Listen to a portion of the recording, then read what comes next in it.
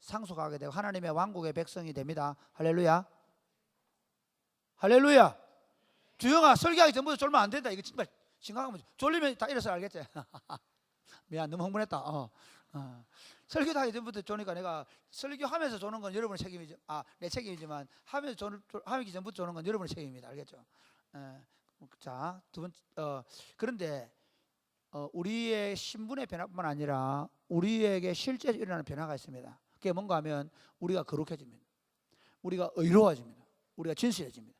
우리 속에 새로운 마음을 하나님이 창조하시는데 그 새 마음이 뭔가 하면 의와 거룩과 진리로 날마다 새 사람을 덧입어가는 사람으로 우리가 거듭나기를 믿으시길 바랍니다. 그래서 우리가 이전에는요, 불의를 좋아하고 악을 좋아하고 막 내 쾌락을 좋아하고 거짓말을 해서라도 내 목적을 이루고 그랬는데 우리 속에 이제 다른 마음이 하나 들어왔습니다. 다른 마음이 창조된 거예요. 그 마음이 뭔가 하면 의를 사모하는 마음, 그다음에 진리를 따라 살고 싶은 마음, 그리고 우리 안에 거룩하게 세상과 구별되는 거룩한 삶을 살고 있는 욕망들이 우리 안에 생기는 것입니다. 할렐루야. 이게 우리의 새롭게 끝남. 또 하나는 뭐냐면 우리가 새로운 비전이 생깁니다. 그 비전이 뭔가 하면 하나님 나라를 위해서 살아야 되겠다는 비전이 생깁니다. 그전에는 우리의 탐심, 우리의 정욕을 만족시키기 위해 살았습니다. 어떻게 하면 좀 더 재밌을까? 어떻게 하면 좀 더 내 쾌락을 좀 더 만족시켜 볼 수 있을까? 어떻게 하면 내가 좀 더 남들보다 잘나 보일까? 뭐 이런 생각을 하던 사람들이 예수님을 만나게 되어지면 어떻게 하면 내 주변 사람들에게 이 하나님의 복음이 전해져서 저들도 예수 그리스도를 만나게 될까? 어떻게 하면 저들도 이 하나님 나라에 들어와서 그 하나님 나라를 함께 누리며 예수님이 오실 그때까지 어떻게 이 복음을 전해서 하나님 나라를 완성시켜 볼까 하는 마음이 작게든 크게든 생기는 겁니다. 만약에 여러분 속에 내가 예수를 만나고 나서도 전혀 내가 예수를 만나고 생각하는데 전혀 내 자신이 의로워진다든지 거룩해진다든지 진리를 사모하는 마음이 안 생기면 고민해 보셔야 돼요. 여러분이 정말 예수를 믿는 사람인지. 그렇지 않습니까? 오늘날 사람들이요, 예수 믿는데 전혀 그의 삶과 그의 생각과 그의 가치의 변화가 일어나지 않는 경우가 있는데요, 그거는 실제 예수 믿는 게 아닐 가능성이 많습니다. 예수님의 영이 내 안에 들어오면 새로운 마음이 창조됩니다. 그래서 사실은 예수 믿게 되면 괴로울 때가 있습니다. 파이팅하게 됩니다. 왜냐하면 내 안에서 하나는 옛 사람의 본성을 따라 살고 싶은 마음과 하나는 새 사람의 본성, 의와 진리의 거룩함을 따라 살고 싶은 마음이 싸우게 되는 거예요. 이 싸움을, 그리고 사실 청년들은 가끔씩 그 얘기를 말씀을 통해서나 리더가 강력하게 얘기를 했을 때 그게 들어줘야 돼요. 뭐 내가 하고 싶은 데 하는 거지 뭐 이러고 산다면 이건 진짜 내가 거듭나는 고민해 보셔야 돼요. 또 하나는 뭔가 하면 예수님을 만나도 불구하고 내가 하나님 나라를 위해서 내 삶을 드리지 않겠다. 우리 하나님의 나라가, 우리가 기도할 때마다 주님의 나라가 임하게 하고 기도하잖아요. 그 하나님의 나라가 나를 통해 이루어지는 것, 우리 교회 공동체나 우리 소그룹을 통해서 어떻게 하면 하나님 나라가 더 아름답게, 더 영광스럽게 우리 안에 일어나서 우리가 진짜 그 하나님 나라를 맛보고 누릴 수 있을까에 대한 그런 고민이 없이 내 하고 싶은 대로 하고 내 고집 부리고 내 하고 싶은 대로 말하고 공동체가 어떻게 되든 말든지 내 마음대로 살고 싶은 마음이 있다면 아직 그는 거듭나지 못할 가능성이 많습니다. 아니면 갓난 애기들아, 하나님이 우리 안에 들어오시면 거룩한 비전이 생깁니다. 저는 예수님을 믿기 전에 저는 시골에 자라면서 어떻게 해서 공부 잘해가지고 그래서 동석이라도 해보려 했습니다. 어떻게 해서 공부 잘해가지고 저 농협에 단위 농협에 들어가서 거기 가서 사원이라도 해보려 생각했습니다. 아니 사실 저는 그보다 더 꿈이 컸습니다. 좋은 대학 가서 진짜 출세해서 맨날 우리 아버지는 동석이한테 가서 굽신굽신하고 우리 아버지는 저 농협에 돈 빌려 가면 저 사원들한테 굽신굽신하고 그러는데 내가 진짜 높은 사람인데 우리 아버지 한번 내 마음을 편안하게 해줘야 되겠다, 우리 아버지 기분 좋게 해줘야 될 생각이 많았던 사람입니다. 그런데 예수님이 내 안에 들어오고 나니까, 예수님을 만나고 나서 제 안에 변화가 뭔지 아십니까? 그 전까지만 해도 나는 공부를 조금만 성적이 떨어지면 죽으려고 생각했습니다. 그런 친구도 있나? 저는 고등학교 1학년 때 처음 시골에서 저 서울 올라갔는데, 아니 시골에서는 한 자리 숫자했는데 서울 마산에 올라갔는데 마산에 거기는 서부 경남에서 제일 공부 잘하는 애들을 모아놓은 거야. 갔는데 내가 세 자리 숫자가 나온 거야. 600명 중에 정확하게 300등. 와, 나는 세상에, 나는 하늘이 무너지는 줄 알았어. 그래가지고 그 고등학교 1학년짜리가 그 통지표를 들고 화장실에서 엉엉 울었어요. 정말 미안한 얘기지만 진짜 공부를 위해 생명을 걸고 보냈어요. 그런데 내 안에 예수 그리스도가 딱 들어온 거예요. 예수님을 만나게 했어요. 미안한 얘기인데 예수님이 내 안에 들어오고 나서 내가 몇 등을 해야 되겠다, 내가 출세를 해야 되겠다는 생각이 없어지고 어떻게 하면 어떻게 했든지 저 한일여실에 다니는 저 여자애들에게 어떻게 하면 내 친구들에게 복음을 말해줘야 되겠다. 이 복음만이 사람을 살릴 수 유일한 방법이고 내 생애를 복음을 살겠다 결정을 했습니다. 그때 우리 집에 우리 아버지는 완전히 난리가 난 거예요. 나중에 내가 고등학교 3학년 때 신학대학 가려고 그러니까 우리 아버지가 매일 마당에 들어놓고 했잖아요. 완전히 꿈이 바뀌어버린 거예요. 내가 가는 삶의 방향이 완전히 바뀌어버린 거예요. 그때 뭐 이런 교회를 하겠다 그런 생각도 없었어요. 오로지 그냥 나는 젊은이들에게 복음을 전하겠다는 생각이 내 안에 들어왔고 그 길을 위해서 그냥 대학에 들어가고 대학원 들어가고 그리고 인도하실 때로 왔는데 하나님께서 그 꿈 하나만큼은 변하지 않게 하셨다는 거죠. 할렐루야. 마찬가지입니다. 여러분이 어떤 직업을 가지고 있든 뭘 하든 간에 내 안에 예수 그리스도가 들어오게 되어지면 어떻게 하면 좀 더 잘 살고 어떻게 하면 좀 더 좋은 집을 갖게 되고 어떻게 하면 좀 더 좋은 차를 타고 어떻게 하면 내 아이들에게 좀 더 좋은 옷을 입히고 거기에 관심이 생기는 것이 아니라 어떻게 하면 우리를 통해서 하나님의 나라가 더 왕성하게 임할 것인가. 할렐루야. 그 꿈을 꾸는 것입니다. 사도행전 2장에 보면 이렇게 얘기합니다. 우리 사도행전 2장 한번 보실까요? 시작. 하나님이 말씀하시기를 말세에 내가 내 영을 시작 모든 육체에 부어주리니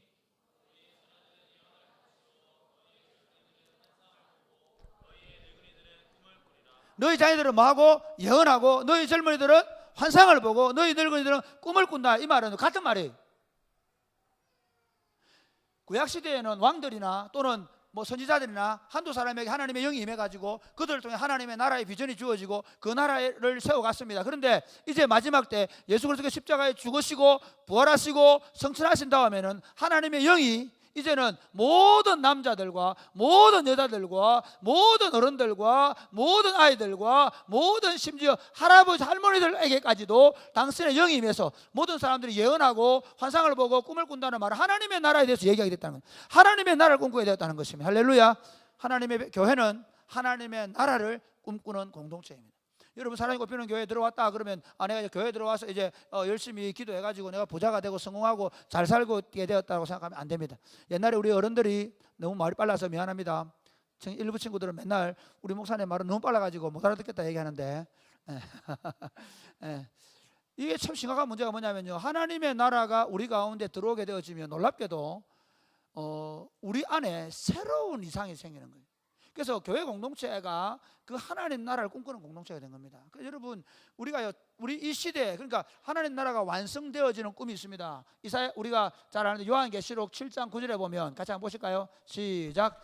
이 일 후에 내가 보니 각 나라와 족속과 백성과 방언에서 아무도 능히 셀 수 없는 큰 무리가 나와 흰 옷을 입고 손에 종려 가지를 들고 보좌 앞과 어린 양 앞에 서서 이게 완성된 하나님 나라입니다.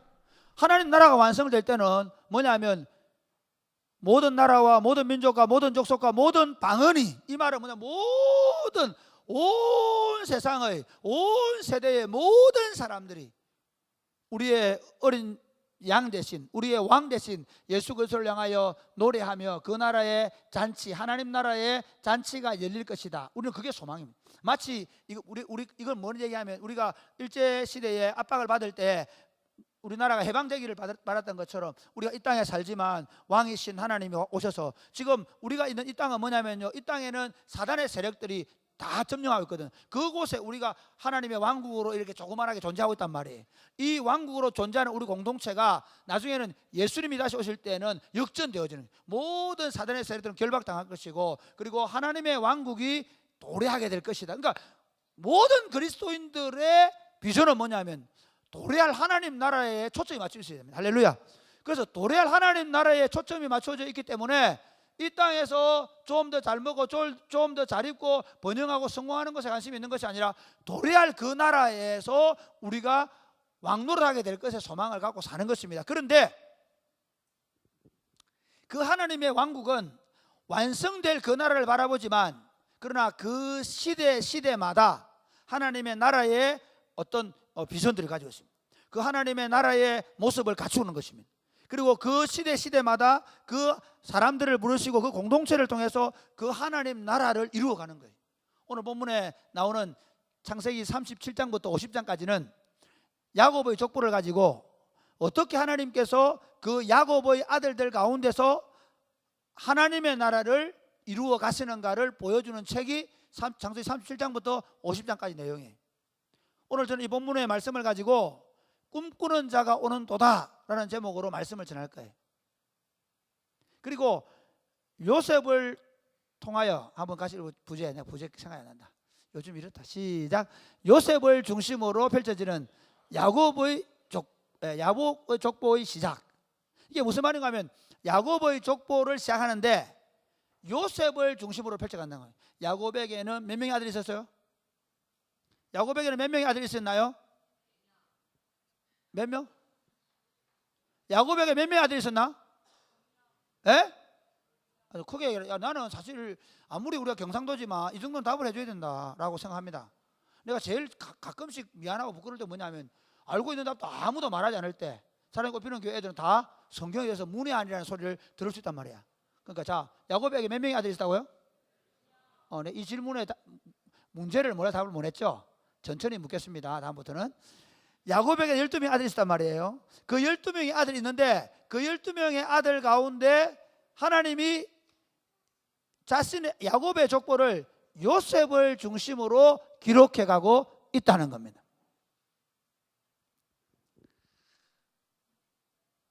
이 요셉을 통해 펼쳐지는 이 이야기를 이제 37장부터 50장까지 하게 될 텐데, 물론 38장은 유다에 관한 기록이 좀 있습니다. 어쨌든 우리 하나님 오늘 첫 시간에 꿈꾸는 자가 오는도다라는 제목으로 말씀을 나눌 겁니다. 먼저는 하나님의 왕국은 하나님 당신의 마음에 드는 자들을 통하여 그 나라를 이루어갔습니다. 할렐루야. 하나님의 왕국은 하나님 당신이 은혜를 베푸신 그 사람들을 통해 이루어가십니다. 저와 여러분이 하나님께로 부름을 받을 때 그 하나님께로 부름 받은 것은 우리의 잘남이나 우리의 똑똑함이나 우리의 지혜가 아니라 하나님의 전적인 은혜라는 사실입니다. 할렐루야. 오늘 요셉을 보면 야곱의 족보는 이러하니라 2절에 이렇게 되어 있고, 그 다음에 요셉이 17세 될 때에 그의 형들과 함께 양들을 친다고 되어 있습니다. 무슨 말인가 하면 야곱의 족보를 이야기하면 이렇게 얘기됩니다. 큰형님은 르우벤, 둘째는 시므온, 그 다음은 레위, 넷째는 유다, 이렇게 쭉 나가야 됩니다. 그렇죠? 족보를 쓸 때는 보통 세상 사람들의 족보는 큰아들, 작은아들, 둘째 아들 이렇게 써야 되잖아요. 그런데 하나님의 족보를 쓰면서 하나님이 아예 요셉을 중심으로 쓰겠다고 결정을 하는 것입니다. 마찬가지입니다. 우리가 하나님의 나라, 세상 나라는 어떠냐면요, 그들의 권력이나 지위나 뭐 여러 가지 어떤 편제에 따라 움직이지만, 그러나 이 세상 속에 있는 하나님의 나라는 세상의 지위나 명예나 권세를 가진 사람들을 통해 이루어져 가는 것이 아니라 하나님 나라의 비전을 가진 사람들, 하나님께서 은혜로 부르신 자들을 통하여 하나님 당신의 나라를 이루어 가시는 줄 믿으시기를 주님의 이름 축복합니다.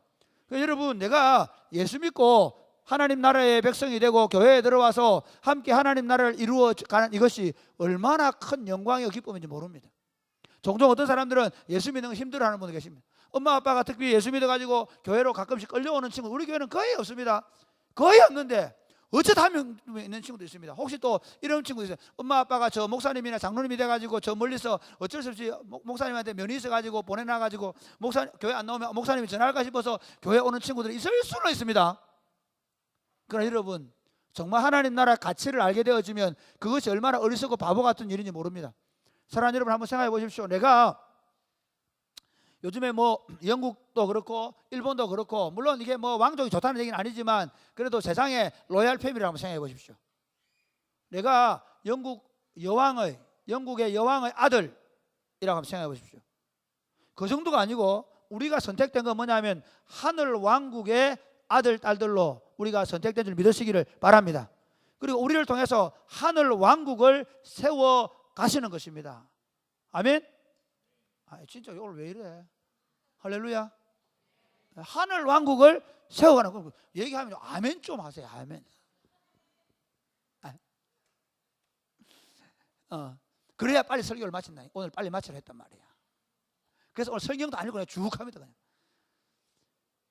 하늘 왕국의 꿈을 가지고 하나님이 당신의 자녀들을 부르신 거예요. 한 사람 한 사람이 우리가 부름받은 것은 우리를 통해서 당신의 나라를 세우겠다는 분명한 이유가 있습니다. 여러분, 하나님 아브라함을 부를 때 하나님께서 그 아브라함을 통해서 그 갈대아 우르에 있는 그 노인을 하나 불러가지고 어디에 쓰시려고 해? 그 갈대아 우르 아브라함을 통해서 하나님은 하늘 나라의 꿈을 꾸시는 겁니다. 할렐루야.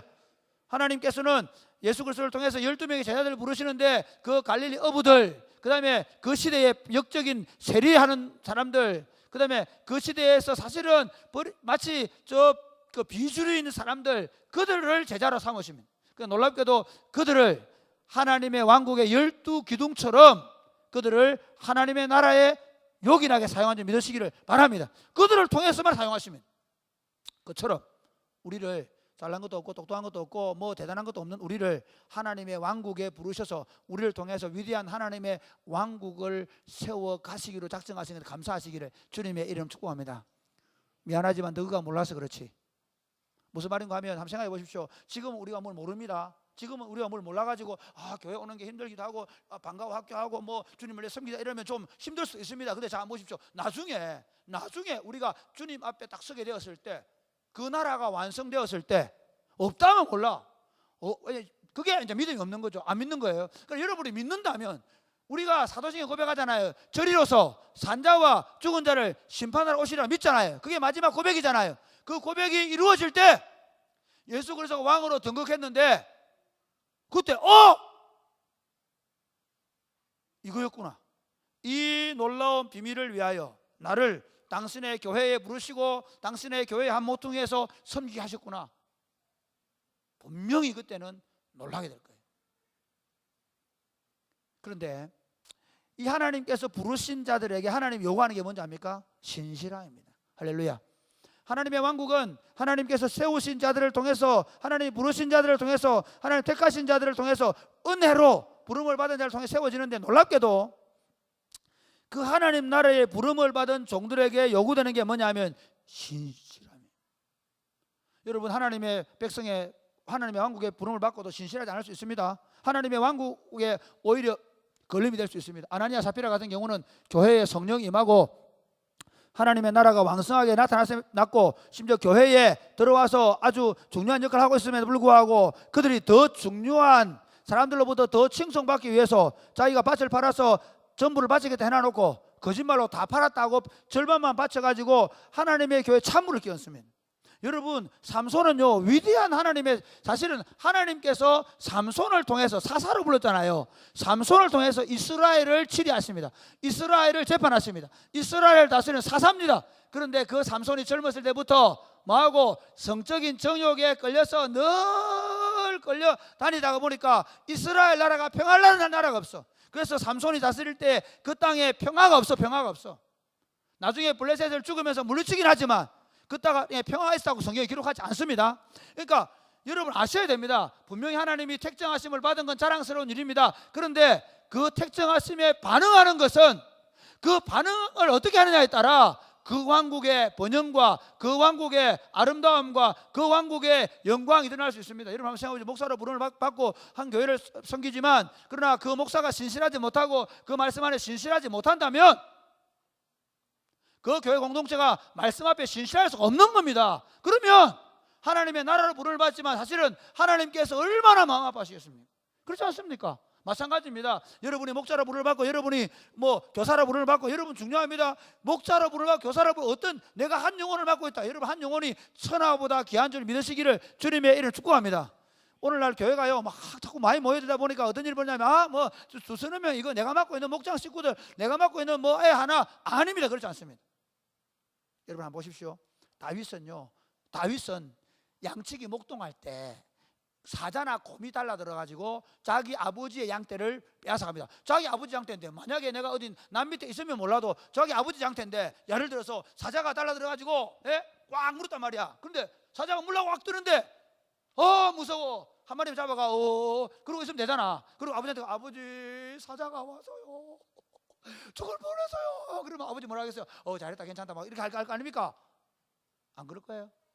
그런데 있잖아요, 다윗은 그 사자놈의 새끼를 때려가가지고 그걸로 기필코 때려 죽이고 그 입을 벌려가지고 양을 건져놓는단 말이야. 하나님이 그걸 보시고 이스라엘의 왕이 되었을 때 동일하게 그렇게 살게 하시는 거예요. 그 신실함이 어디서 나오느냐면 골리앗이 자기는 군인도 아니야. 아버지가 신부를 보내서 군대에 나갈 나이도 아니야. 그런데도 이 골리앗이라는 놈이 와가지고 살아계신 하나님의 군대를 모욕하니까 못 견디는 거야. 그게 하나님 앞에 신실함이에요. 그 나라가 모욕당하는 걸 못 견디는, 그 나라가 안 되는 걸 못 보고 있는 거예요. 그래서 목숨을 걸고 달려가서 그 물맷돌로 떼쳐 얼마나 세게 때려서 머리 박히겠노. 우리 이렇게 한다 그냥 아무데나 던지는데 글마가 위 가가지고 이런 거 없다. 다윗의 그 삶 속에 평소에 사자와 곰이 올 때마다 어떻게 하면 저 양들을 지킬까 싶어가지고 평소에 했다. 눈 감고 던지도 맞을 수 있을 정도. 할렐루야. 그렇게 했단 말이에요. 사랑하는 여러분, 바로 이겁니다. 하나님의 나라가 하나님께서 택하신 자들도 이루어져 가지만, 그러나 그 신실함을 통해서 그 나라가 힘있게 세워지는 줄 믿으시기를 주님의 이름 축복합니다. 오늘 이 시대는 우리에게 달려있는 것입니다. 우리가 어떻게 하나님 앞에 신실하게 반응하느냐에 따라 하나님 적어도 이 진량 땅에, 이 하양 땅에 하나님의 나라가 어떻게 임하실 것인가에 대하여 우리가 기대할 수 있는 것입니다. 여러분이 비리비리하고, 여러분이 뭐 예를 들어 말씀을 숙제를 하든지 뭘 하든지, 나는 친구들하고 놀기에 바쁘고, 나는 지금 이 대학생활의 쾌락과 즐거움에 빠져가 살아간다면, 그래서 이 시대에 하나님의 교회 청년들이 비리비리한 거예요. 사랑하는 여러분 앞에 신실함으로 무장하게 되기를 주님의 이름 축복합니다. 여러분 미안하지만 좀 실력 없어도 돼요. 좀 얼굴이 못나도 돼요. 좀 가문이 별로 비리비리 그렇게 뭐 남들이 볼 때 변변치 않아도 돼요. 나도 그래요. 똑같아요. 뭐 얼굴이 잘났나, 키가 그래도 크나 뭐 얘기하고 뭐 우리 아버지 초등학교 3학년 중퇴, 우리 어머니 초등학교 6학년 졸업. 우리 아버지 사실은 한글 제대로 못 읽었어. 우리 집 예수도 제대로 안 믿었어. 제가 얘기하고 싶은 건 어느 집 가문이 어느 가문, 그거 중요해. 진짜 중요한 게 뭐냐면요, 지금 여러분 묻습니다. 여러분 선자에 얼마나 신실하십니까? 여러분이 선자리에 얼마나 신실하십니까? 여러분이 하나님의 복음과 하나님 나라를 위해 특별히 살아가는데 얼마나 신실하십니까? 여러분이 운전을 드라이브를 맡았던, 여러분이 청년부 안에 공동체 안에 한 회원이든, 여러분 목장님 모임도 마찬가지입니다. 나는 뭐 목자도 아닌데 뭐 내 마음, 아닙니다. 그렇지 않습니다. 내가 하나님 앞에서 신실하게 산다는 건 뭐냐면, 적어도 내가 이 목장에 들어오게 되었으니까 이 목장 공동체 안에서 서로 협력해서 목자가 힘들지 않도록, 목장원들이 내 때문에 걱정하지 않도록 만들어주는 그 신실함 때문에 하나님이 당신들을 쓰실 겁니다. 사랑하는 여러분, 부탁합니다. 여러분이 교회에 쓰든, 여러분이 학업에 쓰든, 여러분이 직장에 쓰든, 여러분 하나님 앞에 신실하시기를 주님의 이름 축복합니다.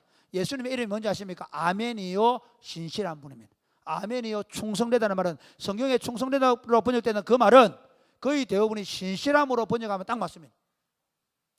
예수님께서 마지막에 우리를 칭찬하실 때 뭘로 칭찬하는 거 아십니까? 네 얼굴이 잘생겼구나, 네 똑똑했구나, 너는 큰 교회 했구나, 너는 뭐 지위가 높았구나, 너는 세상에 똑똑했고, 그렇게 말하지 않습니다. 예수님의 칭찬은 딱 한 가지입니다. 착하고 신실한 종아. 할렐루야. 우리가 주님 앞에 서게 되었을 때, 여러분이 어떤 직분을 맡았던, 여러분 어떻게 하나님 나라에 헌신하게 되었던, 제가 뭐 시골 교회에 있었던, 아니면 누가 10,000명이 모이고 20,000명이 모이는 목회를 했던 관계없습니다. 솔직히 말하면 요즘에 누가 아까 깽판 치고 있습니까? 큰 교회 목사 다 깽판 치고 있잖아. 할렐루야. 이거 하려면 안 된다. 내가 얘기는 너무 큰 거 생각하지. 나는 찬양팀 리더를 해야 되고, 나는 목자를 해야 되고, 나는 뭘 해야 돼. 그래서 그때 내가 아니요. 그렇죠. 지금 여러분이 서 있는 자리에서 신실하시기를 주님의 이름 축복합니다.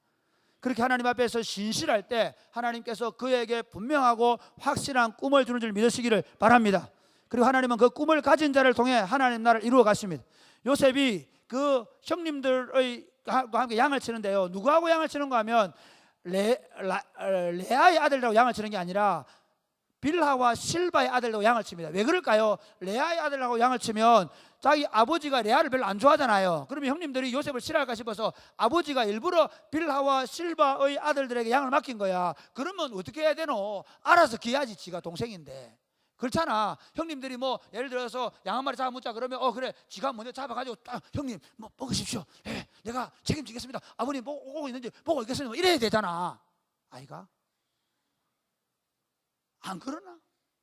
그런데 요셉은 그렇지 않은 거야. 요셉은 어떠냐면 형님들이 조금만 잘못해도 그게 눈에 띄고 그게 싫은 거야. 왜냐하면 하나님의 왕국에서 하나님의 사실 요셉 어릴 때부터 이 하나님의 왕국에 대한 꿈, 비전이 그를 사로잡고 있었기 때문에 그가 그 하나님의 왕국의 거룩함을 훼손시키고 싶지 않았던 거예요. 그런 요셉에게 하나님께서 꿈을 주시는 거예요.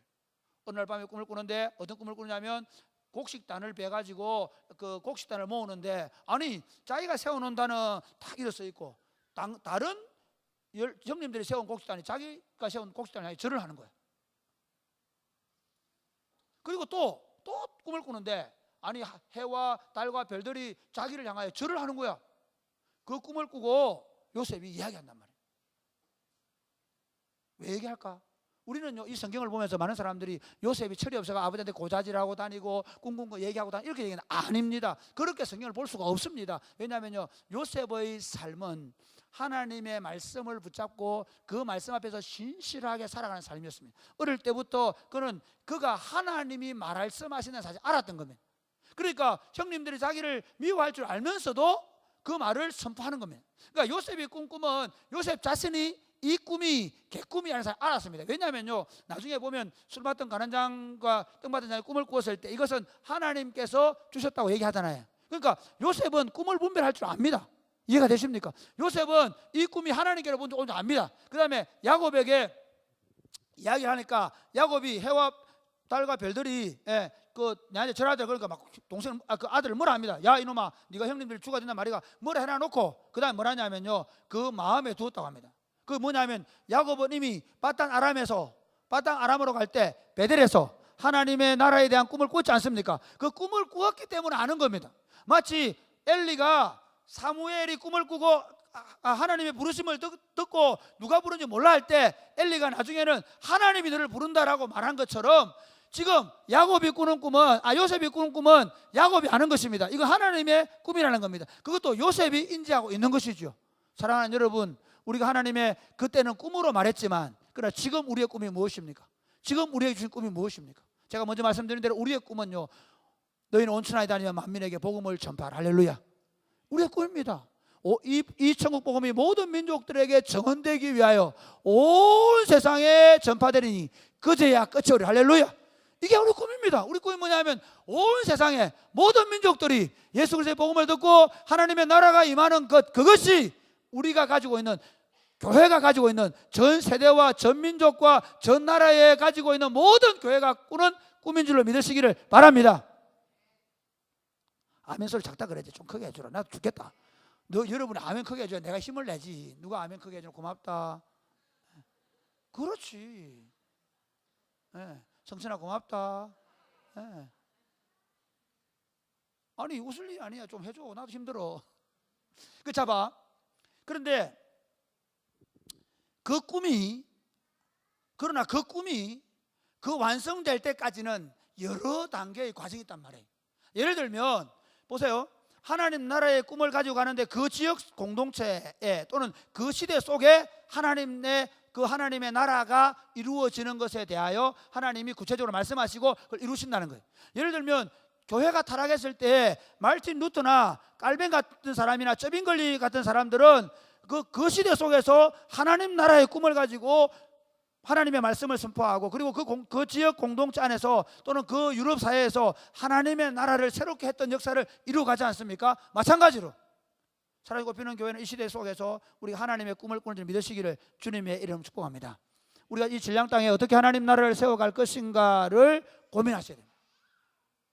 저는 17년 전에 사랑이 꼽히는 교회를 목회하러 오면서 이 꿈에 대한 하나님 앞에 기도하면서 이 하나님의 비전을 생각하게 되었습니다. 그래서 우리가 복음으로 세상을 섬기는 교회 두 번째 시작. 졸지 않기 시작. 이게 처음에는 많이 했는데 요즘에 안 한다. 옛날에 우리 형님들 얼마나 많이 했는지 알아? 세 번째 시작. 복음으로 세상을 섬기는 교회라는 것은 뭔가 하면요 진짜 복음적 삶의 가치로 살아내는 겁니다. 우리 초청날 할 때 했으니까 교회 한번 갑시다. 그게 아니라 진짜 우리가 사는 이유를 사람들이 복음으로 살아간다는 걸 아는 거예요. 저 사람 왜 살아? 돈 잘 벌려고, 성공하려고, 부자 되려고, 출세하려고 사는 사람이 아니라 저 사람 예수님의 복음 때문에 사는 사람. 복음적 방식으로 복음을 전하는 것입니다. 할렐루야. 우리가 서로 함께 이 복음적 방식으로 함께 복음을 전하기 위해서 여러 모양으로 우리가 함께 하고 있잖아요. 그 훈련을 하는 과정이 행복 모임입니다.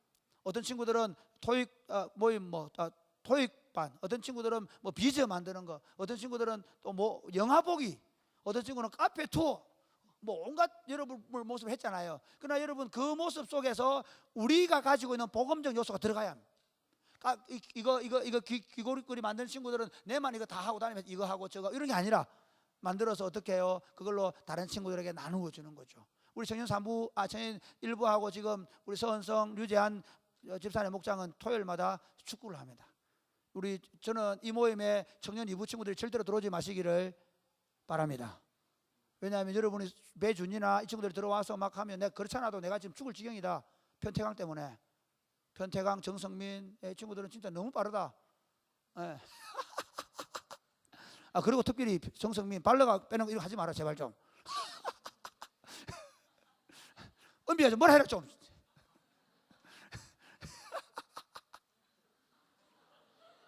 미안. 분위기 심상치 않은데 이거 지금.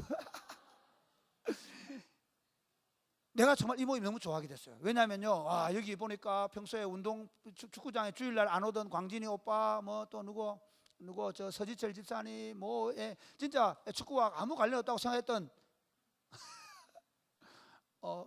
근데 와서 너무 신난 거예요. 내가 이걸 왜 하는지 아십니까? 사랑하는 아내들이요, 잘 들으시기 바랍니다. 여러분의 남편들이 하루 종일 직장 가서 일하고 저녁 오면 여러분 수고했다는 이유 때문에 또 애들 봐주고 그렇게 하루하루를 살아가는 여러분의 남편들을 토요일만이나 구원하려고 하는 이 목사의 넓은 마음을 여러분 나갈 때 절대로 바가지 걸지 마시길 바랍니다. 할렐루야. 이연비 애기 낳았다고 절대 바가지 걸면 안 된대. 자가 얼마나 낮에 고생하겠나 생각해봐라. 타 들어가는 그 일체에서. 그런데 있잖아, 우리끼리 모여가 축구할 때 보면야 저 친구들이 이미 천국 가 있어. 할렐루야. 이게 복음적 방식이라니까. 이게 뭘 하든지 간에 어제 보니까 또 우리 일청년부 자매들은 저기서 막 고함을 치는 거 나 싸우는 줄 알았어. 놀더라도 고상하게 노시기를 바랍니다. 아니 웃더라도 좀 고상하게 웃어라 제발. 이게 우리 삶의 방식입니다. 이게 우리가 살아가는 방식입니다. 우리가 너무 좋아서, 우리가 예수 믿는 게 너무 좋아서, 예수 믿는 그 하나만으로도 그 어떤 것을 설명할 수 없는 기쁨과 즐거움을 우리 안에 품고 그 복음의 진리를 가지고 사람들에게 날아가는 것입니다. 할렐루야. 사랑하는 여러분, 더 그렇게 하시게 되기를 주님의 이름 축복합니다.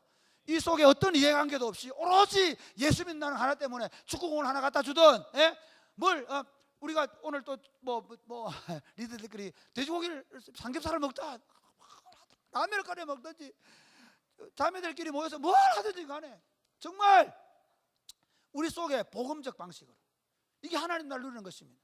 사랑하는 여러분, 사랑이 꼽히는 교회가 더 복음적 방식으로 세상을 섬기게 되기를 주님의 이름 축복합니다. 더 순수하게 복음을 드러내는 것입니다. 두 번째는 뭐냐면 사랑으로 종노릇하는 것입니다. 제가 처음 사실 교회를 보면서 뭘 느꼈냐면, 제가 부교육자 할 때 이 담임 목사님 너무 갑질이 심하더라고요. 진짜 심해요.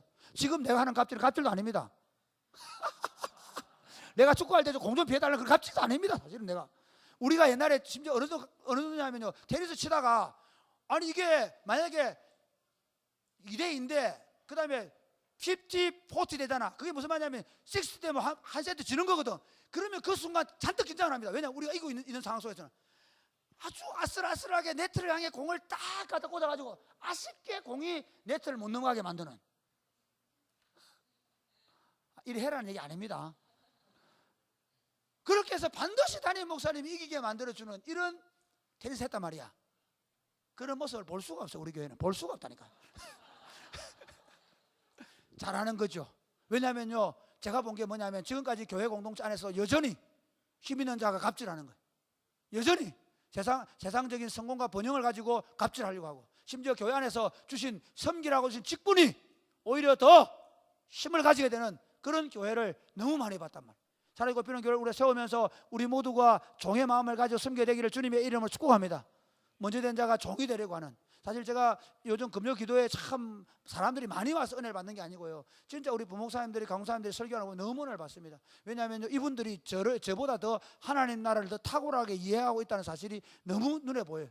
정말 감사하게 생각합니다. 왜냐하면 우리보다 우리 다음 친구들이 사랑으로 종로로 타는 게 몸에 이거 사실 제가 보니까요, 저는 안 돼요. 저는 그 건성부터 갑질하는 문화가 내 안에 들어있어요.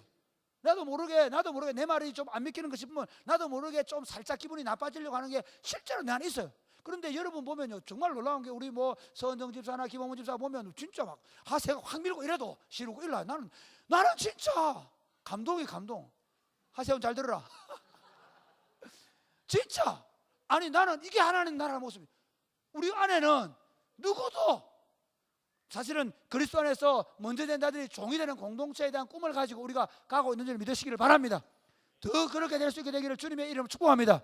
우리가 지금 어울림 학교를 하고 방과 학교를 하고 그 모든 과정은 뭐냐면요, 서로 먼저 종이 되어서 우리 다음 세대를 섬겨주어서 그 아이들이, 이 아이들은요 자기밖에 모르는 세대거든요. 지금 세대는 자기밖에 모르는 세대예요. 그런데 우리가 축원하고 이 아이들의 종이 되어 섬겨줌으로 말미암아 이 아이들이 이 세대 아이들과 다르게 이 세대를 본받지 아니하고 하나님의 선하시고 기뻐하시고 온전한 뜻이 뭔가 하면 종이 되어서 다른 사람을 섬기는 사람으로 살아내게 하는 사람들을 우리가 함께 만들어가는 것입니다. 그래서 미래를 지향해 가는 것이고 우리 다음 세대를 세우는 것입니다. 또 하나 미래는 뭐냐면요, 우리의 미래 지향은 이겁니다. 지금보다 우리가 더 하나님 앞에 더 성숙되어 가는 겁니다. 지금보다 더 우리의 탐욕과 정욕을 벗어나는 것입니다. 나이가 들어가면 들어갈수록 더 탐욕스러워지고 더 고집스러워지는 것이 아니라 나이가 들어가면 들어갈수록 그 복음을 더 잘 이해하고 하나님 나라를 더 밝히 보면서 그 하나님 나라에 대한 이해의 폭이 넓어지면서 그 삶 또한 그 하나님 나라에 합당한 열매를 맺어가는 그런 삶을 살아가는 것이 미래지향적 삶인 것입니다. 할렐루야.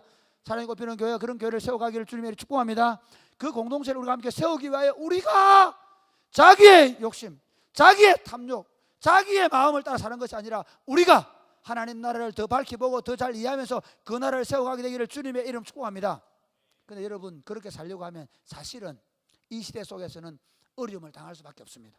이런 것입니다. 요셉이 있잖아요. 그 꿈을 꾸고 나서 그 꿈을 왜 얘기합니까? 그것은요 하나님의 꿈이기 때문에 얘기할 수밖에 없거든요. 왜냐하면 그 꿈을 얘기해놔야 나중에 그 이루어질 때 하나님 말씀 성취되는 것을 보는 거예요. 그래서 요셉은 말을 합니다. 하나님의 나라를 말합니다. 우리가 마치 다른 친구들에게 예수의 복음을 삶으로 말하든 말로 말하든 말해야 됩니다. 말하지 않는 건 잘못된 겁니다. 이해가 됩니까? 복음을 전하지 않는 건 잘못된 겁니다. 아무리 그 친구들 마음이 다치더라도 복음을 결국 말해줘야 됩니다.